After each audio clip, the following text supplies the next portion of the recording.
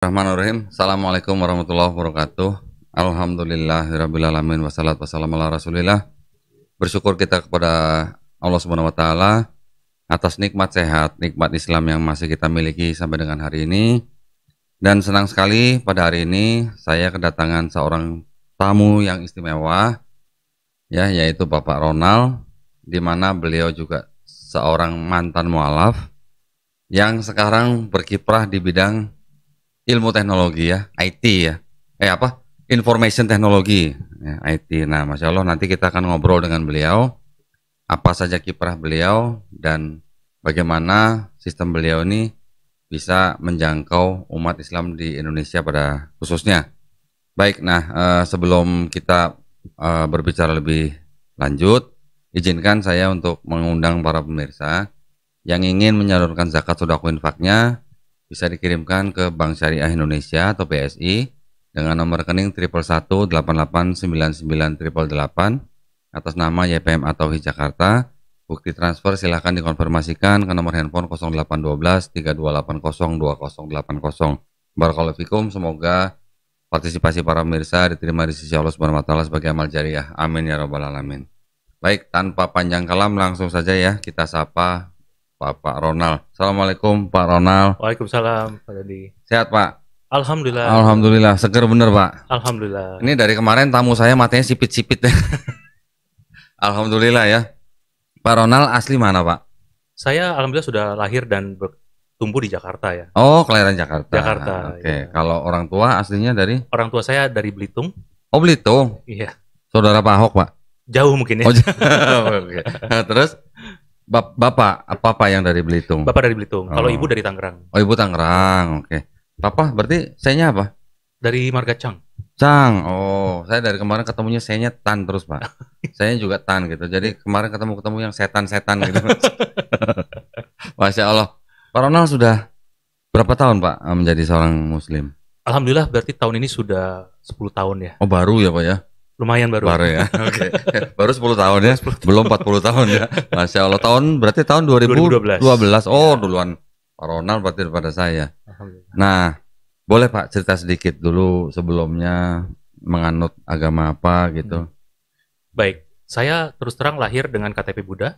Oke. Namun saya mungkin seumur hidup baru 2 kali kuwihara. Ah, gitu ya. Iya. Oh, memang nggak rutin gitu. Nggak rutin. Nggak rutin. Oke. Nah, Terus? cuma dari kecil, dari TK sampai SMA itu saya sekolah di Katolik, gitu ya. Selalu sekolah Katolik. Ya. Namun pada saat masuk kuliah saya masuk ke kampus Kristen. Oke. Ya, nah lalu kemudian tapi saya ya tadi ya tidak memeluk agama sama sekali. Saya mungkin kalau saya bilang seorang agnostik. Oh gitu. Ya, jadi saya percaya Tuhan tapi nggak memeluk agama satupun karena waktu itu prinsipnya yang penting jangan jahatin orang. Oke. Gitu ya. Nah, namun saya percaya bahwa ada kekuatan di luar sana yang memang tadi nih yang menciptakan kita, mengatur hidup kita, ada takdir segala macam. Nah, sampai lanjut aja nih ceritanya. Iya, lanjut. Justru kita tungguin dari tadi, Pak.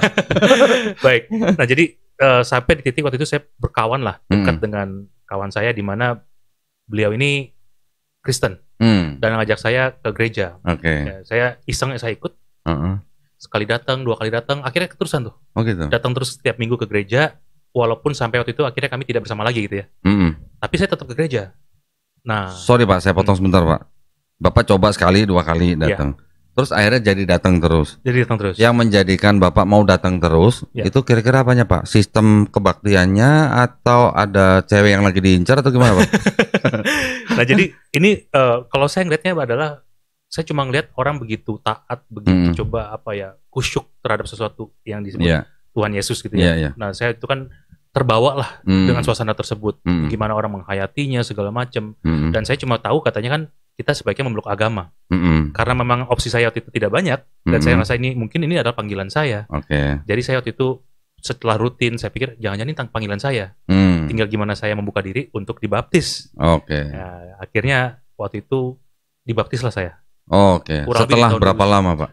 Mungkin setelah 6 bulan ya. Oh, 6 bulan rutin ke gereja dan kan mungkin waktu itu gereja juga bagus ya di Senayan City. Oh, iya. Senayan City GBI ya Pak? GBI. Oh, sama sih sama saya sih. Saya juga GBI dulu ya. Nah, Masya Allah. Saya ngeliat waktu itu mungkin jangan-jangan ini panggilan saya. Oke. Sehingga saya waktu itu putuskan ya udah saya dibaptis deh. Saya daftar waktu itu dibaptis di Panglima Polim. Nah, saya dibaptis. Nah, yang lucu adalah seminggu kemudian setelah saya dibaptis, saya itu disamperin sama Pak Pendeta ke rumah. Ya, waktu itu pengen penyuluhan lah ya segala macam. Gitu ya. Karena kan sebagai warga baru gitu ya. Itu pasti Pak. Nah, saya dikasih lah itu Alkitab baru, masih dibungkus. Waktu saya buka di depan Pak Pendetanya, dan saya pas saya buka, jatuhlah itu ada 3 barcode, Pak. Barcode. Dalam Bible ada barcode? Barcode. Nah, bentuknya stiker. Nah, saya tanya dong Pak Pendeta, ini buat apa? Ronald, nanti kamu bisa tempel barcode tersebut di Alkitab kamu lainnya. Sehingga tiap kali kamu datang ke gereja, kamu nanti ada scan. Wih, gila, keren bener.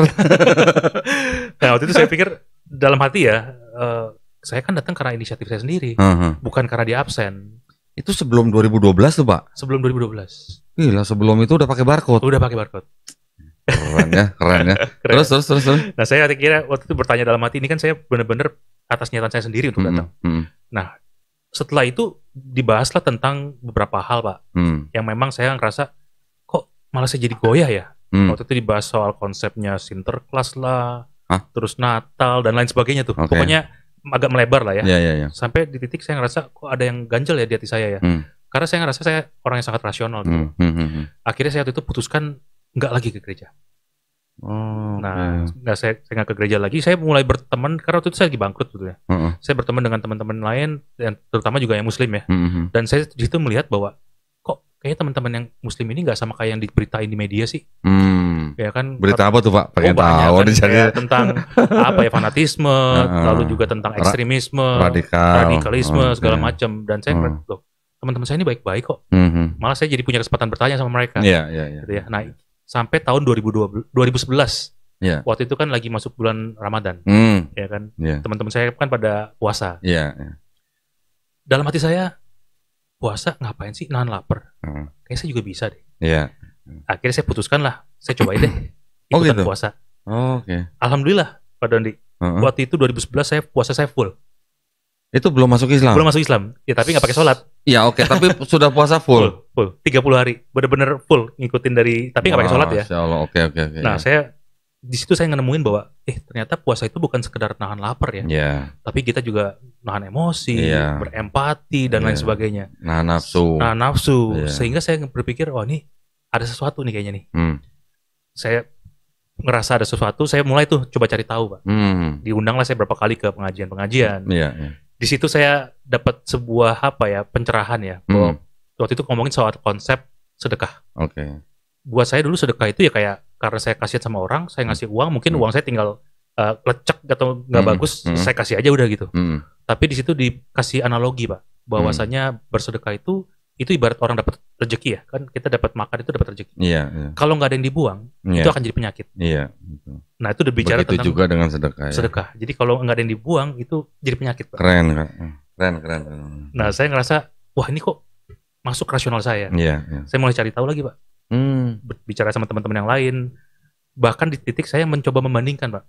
Jadi saya bicara tentang Quran, saya ngerasa, loh ini kan banyak yang saya pelajari waktu zaman saya di Katolik. Saya ngelihat ya nabi-nabi banyak yang sama, Pak. Nama-namanya. Ya kan, Nabi Isa ya Tuhan Yesus. Itu kan. Lalu ada lagi Nabi Abraham, Ibrahim, Daud, David, segala macam. Loh ini kok kayak sejarah ya? Karena saya tahu waktu saya di belajar Christianity itu, di Christianity itu diajarkan akan ada nabi baru. Tapi nggak disebut, karena itu kan Tuhan Yesus stop di situ nih. Ya kan? Yesus kali Pak, bukan Tuhan Yesus Pak. Iya, Yesus. Tapi tulisannya itu. Iya, bahasanya itu Tuhan Yesus. Jadi Nabi Isa. Nah, saya waktu itu merasa bahwa, lah ini jangan-jangan teman-teman kita yang masih Christianity ini seperti orang pacaran, Pak, belum move on. Karena Nabi Isa waktu itu punya figur yang begitu sempurna, Pak. Ya kan, bisa bangkitin orang mati, menyembuhkan orang sakit. Padahal tadi sudah ada bahwa ini Nabi Muhammad nih jalan keselamatan. Tapi cara pandang mereka kan berbeda ya. Cara pandang berbeda. Nah, makanya saya paling sebel kalau umat Muslim mengkafirkan orang, Pak. Karena saudara saya masih banyak yang belum menjadi Muslim. Jadi tujuan saya adalah bagaimana kita memberi contoh yang baik supaya mereka bisa masuk Islam juga. Nah, itu menurut saya jalan dakwah saya seperti itu. Nah, ini menurut saya kunci ya, bahwa kita memang tadi gimana kita jadi Islam yang baik, jadi Muslim yang baik, supaya teman-teman saudara-saudara kita tuh jadi Muslim juga. Menunjukkan akhlak kita yang baik. Masya Allah. Terus setelah belajar begitu, Gimana? Mulai tertarik gitu Pak? Nah, jadi setelah saya tadi belajar, saya akhirnya memutuskan saya ingin di mualaf, gitu ya. Ingin masuk Islam. Itu berarti tahun 2011? 2011 akhir lah. Jadi setelah puasa dan belajar-belajar tadi yang lainnya, akhirnya saya ke Sunda Kelapa. Oh, masih Sunda Kelapa? Masih Sunda Kelapa. Ustadz kayak nama yang saya datin, bukan? Aduh, saya nggak inget ya. Oh, nggak iya. Jadi situ pokoknya ada Ustadz yang Ambon gitu, yang hitam, dekil lah. Itulah Ustadz kayak nama lah. Oh, tapi ilmunya mantap ya. Masya Allah ya. Nggak inget ya? Nggak inget, saya nggak inget. Nah, alhamdulillah saya akhirnya memutuskan tadi untuk syahadat. Alhamdulillah. 2012 itu saya syahadat. Sambil saya coba pendalaman lagi, kan ilmu saya pasti masih dangkal sekali, gitu ya. Saya along the way saya ngerasa banyak sekali nih yang ilmu-ilmu yang tadi ya harusnya bisa didakwahkan juga. Nah akhirnya 2013 saya buatlah fintech syariah, ya kan, fintech pakai teknologi tadi, dengan teknologi bagaimana mendorong ekonomi syariah Indonesia nih supaya bisa bangkit, karena percuma kita ngomong potensi kita sebagai populasi muslim terbesar dunia, tapi terbukti 30 tahun lebih masih begini-gini aja ya. Kerdil sekali, Pak. Iya. Nah ini apa nih fintech syariah nih? Nah, saya pengen denger nih. Wah, ini kayaknya menarik nih ya, para pemirsa ya. Fintech syariah, ini ada urusan dengan keuangan gitu, Pak? Betul. Fintech. Financial ini technology. Financial. Ya, technya teknologi. Teknologi. Wah, financial teknologi syariah. Wah, kita dengerin ya. Coba ini apa nih ya. Silakan Pak Ronald nih. Pada secara simpel ya penjelasannya tentang fintech dulu nih. Fintech sendiri kan sebenarnya kan segala transformasi dan inovasi dalam sektor keuangan. Contoh, kita semua mungkin sudah pernah pakai digital payment, OVO, GoPay, Dana, dan lain sebagainya. Itu juga fintech, tapi kategorinya fintech payment. Nah, sedangkan namanya inovasi berkembang terus. Sekarang ada lagi yang namanya fintech peer-to-peer, fintech equity crowdfunding. Awalnya fintech ini memang berawal dari konsep crowdfunding. Masyarakat mungkin sudah lebih familiar nih. Coba, sorry Pak, ini kan nggak semua pemirsa paham bahasa Inggris nih Pak. Crowdfunding ini berarti pengumpulan dana gitu Pak. Betul. Kalau simpelnya gini, kalau secara harafiah crowd dan funding. Crowd itu kan kumpulan orang. Funding itu membiayai. Jadi sekumpulan orang membiayai sesuatu. Pembiayaan yang ditanggung bersama gitu kali Pak ya? Yang dilakukan bersama-sama. Iya, contoh arisan. Itu kan konsep lama. Tapi dulu tidak ada teknologi. Sehingga kalau orang mau urunan harus ketemuan. Ya kan? Sekarang ada sebuah platform memudahkan proses urunan secara online. Sehingga bisa dilakukan dari mana aja, kapan saja, sambil ngapain aja. Nggak ketemu gitu ya? Nggak ketemu, nggak bisa. Silaturahmi dong Pak kalau nggak ketemu Pak. Nah, tapi kan yang penting tujuannya Pak. Oh tujuan. Iya. Silaturahmi tapi nggak ada hasilnya juga nggak bagus. Iya. Nah, dengan platform digital seperti ini ada manfaat yang bisa dilakukan Pak. Ya mungkin yang sederhananya ada yang sifatnya buat sosial, ada lagi yang sifatnya buat komersial atau investment. Nah di sini ada slide menggambarkan tentang tadi. Ya, jadi nggak peduli siang malam lagi ngapain, itu ketika lagi dapat rezeki, pengen berbagi, bisa ke platform. Keren. Bisa langsung gitu ya? Bisa langsung. Dan yang tidak kalah powerful adalah untuk specific purpose atau untuk tujuan yang lebih spesifik. Berarti ada kayak semacam project tertentu. Betul, campaign. Kalau dulu kan namanya open donation. Ya udah semua kumpulin, nanti lembaga tersebut yang akan menyalurkan. Berarti yang harus membuat project itu atau nama itu di dalam platform itu adalah si yang punya ini. Betul. Jadi misalkan lembaganya ini punya ide, kita mau tadi beli gereja. Kan taruh di platform. Bisa dikasih deskripsinya sama kayak kita mau belanja online.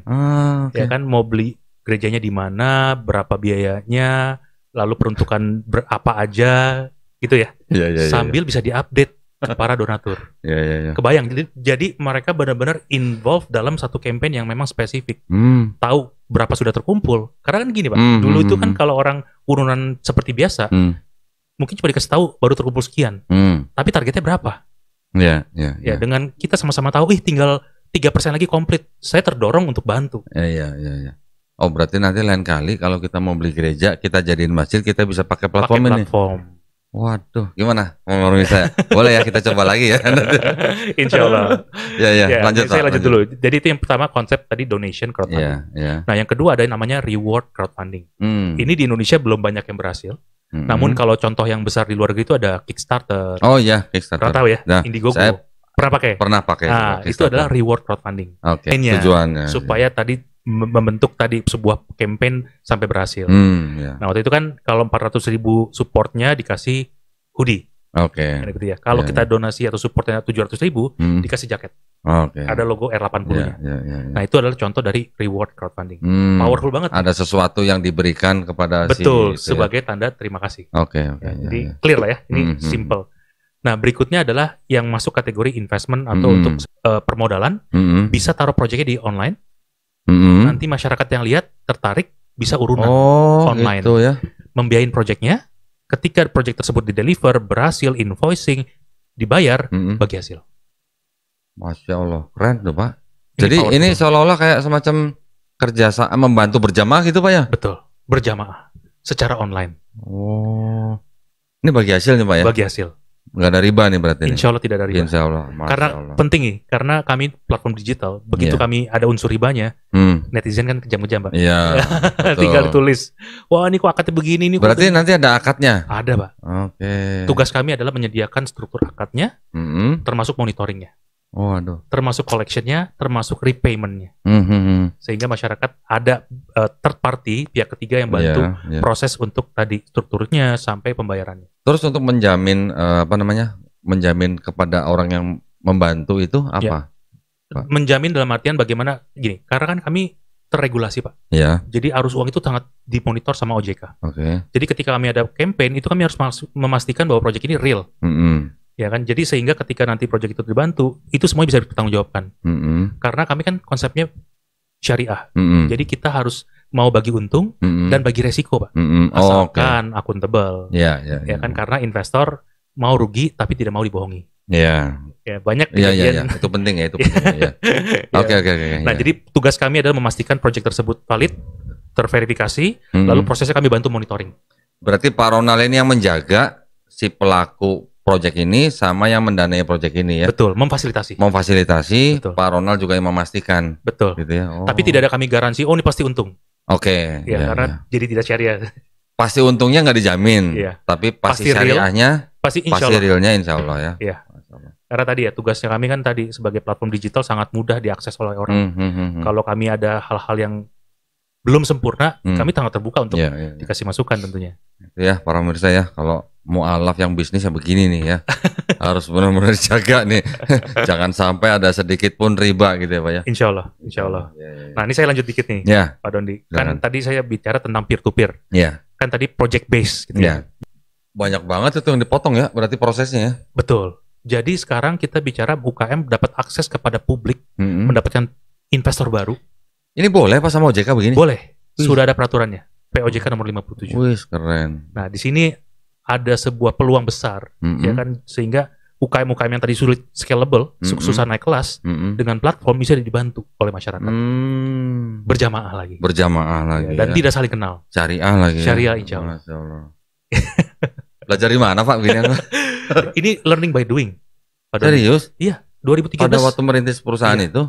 2013 belum ada peraturan pemerintah tentang fintech, Pak. Sedangkan kami sudah jalankan bisnis ini dari tahun 2013. Wih. Terinspirasinya dari mana, Pak?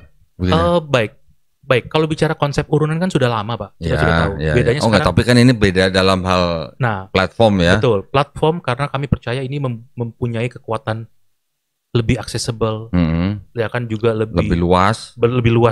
Dan tadi orang sekarang bisa punya akses langsung kepada real sector project.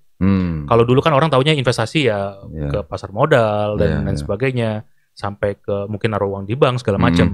Sekarang kita punya kesempatan membiayai sektor real dengan konsep bagi hasil.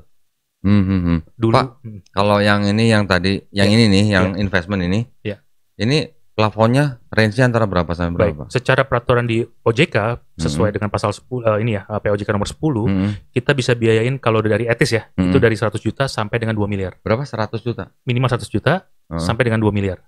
Di bawah 100 juta nggak dilayanin? Kalau yang mungkin platform lain bisa. Kan platform lain maksudnya bukan tapi di betul. Jadi tapi di fintech juga Di fintech juga. Jadi kalau bicara hari ini, Pak, ada 102 platform fintech yang sudah resmi berizin. Banyak amat. Banyak, Pak. Itu pun sudah berkurang dari 165 tahun 2021. Nggak pusing tuh ngeliat 102. Tapi masyarakat mungkin lebih tahu dengan pinjol. Hati-hati ya, itu pinjol hati-hati ya. Nah, pinjol kemarin aja tahun lalu tuh tercatat sekitar 3.800 fintech ilegal atau pinjol yang ditutup oleh Satgas Waspada Investasi. Nah, ya kan, bayangkan yang Resmi cuma 100 Memang ribuan. kelihatannya mudah ya Pak ya, dapat pinjaman lewat pinjol ya.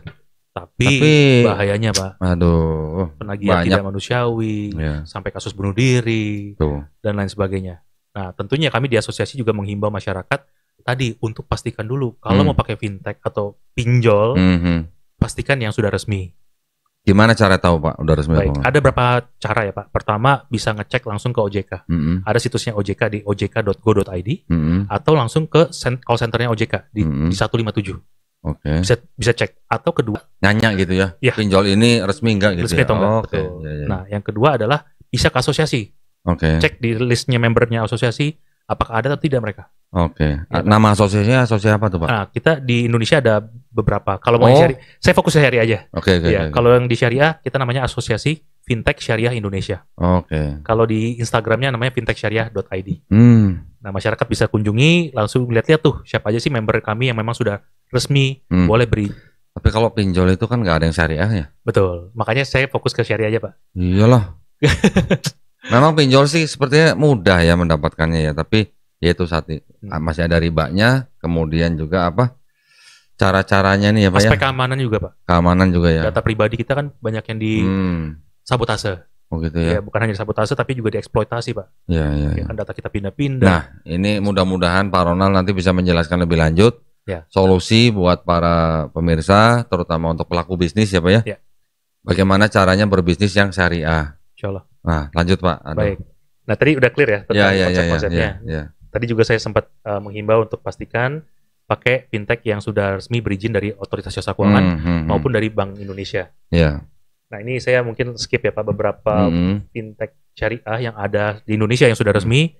Ya ada Amanah, Alami, Dana Syariah, Duha Syariah, Koswa, Papitupi Syariah, dan ada Etis. Ya Etis alhamdulillah platform saya yang tadi saya cerita dari tahun 2013. Ya di mana kami memang fokusnya adalah sebagai platform. Ini mungkin contoh-contoh Pak Dondi ya dan pemirsa. Ini beberapa fintech syariah. Kalau Bapak Ibu lihat semua, ini konsepnya seperti marketplace. Marketplace yang kita tahu kan ada Tokopedia, Bukalapak, Shopee dan lain sebagainya ya. Mereka adalah marketplace yang mempertemukan penjual barang dengan pembeli barang. Nah, fintech syariah itu adalah platform yang mempertemukan yang punya project dengan yang punya dana. Nah, yang punya dana ini bisa urunan untuk membiayai project tersebut. Ketika project tersebut di-deliver, lalu juga sudah invoicing, dapat pembayaran, berbagi hasil. Terus fintechnya dapat duit dari mana Pak? Baik. Sebagai platform, kami punya yang namanya platform fee. Sama kayak belanja pakai Gojek misalkan. Kan ada platform fee. Ya kan 3.000, 1.000. Fokusnya kami di situ. Sebagai platform yang memfasilitasi, kami dapat fee. Bapak dapat fee-nya dari si pemilik project sama yang punya dana? Bukan. Kami hanya dapat fee dari yang punya project. Yang punya dana tidak kasih Bapak fee? Tidak kasih kami fee. Ya, jadi konsepnya kalau secara akad namanya wakalah bil ujroh. Agency fee lah. Agency fee. Di mana kami ketika ketemu UKM yang mau dapat pembiayaan, kita akan negosiasi dulu. Pak ini bagus nih kita mau gitu ya. Nah nanti akan ada akad wakalah bil ujroh. Nanti Pak Ronald juga menganalisis dulu ya projectnya ya? Harus Pak. Ini visible nggak gitu? Betul. Kalau nggak masyarakat nanti yang jadi korban. Jadi kami harus punya kemampuan untuk memverifikasi data, lalu menganalisa resiko. Termasuk Pak Ronald juga menganalisis untuk marketnya? Betul. Betul Pak. Contoh misalkan nih Pak contoh pada saat kemarin COVID, kan beberapa sektor lagi terdampak Pak. Contoh misalkan di perhotelan. Ya kami kan nggak mungkin naruh proyek di perhotelan. Resikonya terlalu tinggi. Nah tapi misalkan waktu itu ada COVID, sektor kesehatan tinggi. Ya kami ada proyek kesehatan kita taruh. Karena rasional masyarakat, ini kan emang lagi butuh. Pasti diutamakan nih pembayarannya segala macamnya. Nah itu adalah tugasnya platform. Gitu ya. Jadi bukannya kami sebagai perbankan atau sebagai lembaga keuangan seperti biasa, tapi tugas kami adalah sebagai platform tadi. Nah ini contoh nih Pak ya, kita ada slide tentang etis. Tadi ketika masyarakat sudah gabung dengan kami, nanti ada project-project yang available. Tinggal diklik. Ya misalkan di sini ada detail campaign, detail kampanye, bisa dibaca Pak. Dibaca itu siapa sih pengusahanya, paymasternya atau bohirnya siapa sih, sudah berapa lama di industri, lalu ada project yang ngapain, pengadaan, konstruksi dan lain sebagainya. Pak rata-rata satu project itu berapa lama ngumpulin dananya? Kita cukup beragam sih Pak ya. Dulu kan kalau atau awal-awal masih lama ya. Sekarang kita mungkin 2-3 hari Pak. Ya. Itu? Yang ini bahkan ada beberapa yang cuma berapa menit aja. Iya. Kami pernah rekor kemarin itu 1,5 M 3 jam ya. Wish. Cius Pak, cius. Serius. Hah? Sudah begitu cepatnya ya? Iya, cepet banget Pak. Berarti yang punya dana juga sudah percaya dengan fintech berarti. Baik, nah ini tricky Pak. Ya. Karena tugas kami hanya men-showcase project Pak. Memang tadi ya, kalau seperti marketplace, kalau yang dijual barangnya jelek-jelek, orang nggak mau datang lagi. Oke. Jadi kalau kami sudah proven 100 project lebih, ternyata hasilnya baik, orang percaya platform. Tapi bukan tanggung jawab platform ya, karena ini bicara investasi ke sektor real. Makanya kami harus bisa menginformasikan sedetail mungkin. Projectnya apa, yang ngerjain siapa, pengalamannya apa, bohirnya siapa, resikonya apa, mitigasinya apa, silakan dibaca. Tertarik silakan invest atau silakan biayai. Tidak tertarik tidak apa-apa. Berapa lama Pak dari si pemilik dana ini begitu dia invest sampai bagi hasil itu berapa lama rata-rata? Rata-rata di kami tergantung project Pak ya. Kalau ada yang project rata-rata sih 3 sampai 6 bulan. 3 sampai 6 bulan. Ya, jadi banyakan kami memang biayain PO atau SPK. Oke. Oh berarti saya boleh dong? Bisa. Dengan senang hati. Serius nih? Dengan senang hati. Ya kan kami fungsinya sebagai platform. Jadi kami selalu butuh project. Iya. Kami selalu butuh investor.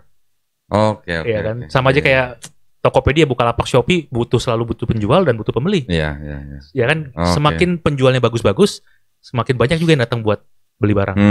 Semakin proyek kami bagus-bagus, semakin banyak calon investor yang masuk juga. Iya. Gitu. Wah, gitu nah, ya. Yang menarik adalah Pak Dondi, ini menjadi sebuah panggung sebenarnya. Makanya saya selalu berusaha mengedukasi kepada mitra, Pak, kami bukan minjemin duit ya, tapi kami menyediakan sebuah panggung buat Bapak dapat akses kepada investor. Bapak sekali kali berhasil, 2 kali berhasil, 3 kali berhasil, 4, 5, 6 orang ngantri Pak. Justru malah pengen gitu ya. Sama kayak belanja online. Satu penjual sama-sama jualan handphone. Speknya sama. Satu baru jualan 1, satu jualan 100. Ya sudah 100 kan percaya Pak. Warganya lebih mahal sedikit masalah. Betul. Nah jadi ini adalah platform buat tadi menunjukkan bahwa kita bisa amanah, bisa mengeksekusi proyeknya dengan baik. Dengan seperti itu Pak, benar-benar kita bisa naik kelas. Dulu kan mohon maaf ya kalau teman-teman pengusaha itu begitu kerjanya bagus dikasih proyek terus. Betul. Kolateralnya masih disekolahin. Iya. Sebenarnya prinsip itu sih sama ya. Saya juga sebagai kontraktor juga yang saya harus pegang, jaga, lindungi itu adalah kepercayaan dari customer terhadap saya. Betul. Gitu ya.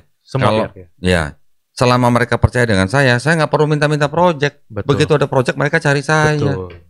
Gitu ya Pak ya, sama ya. Problemnya kan biasanya di cash flow Pak. Ya kan kita kerjanya bagus, proyeknya belum selesai, belum dibayar, udah dapat proyek lagi. Iya, bingung. Betul.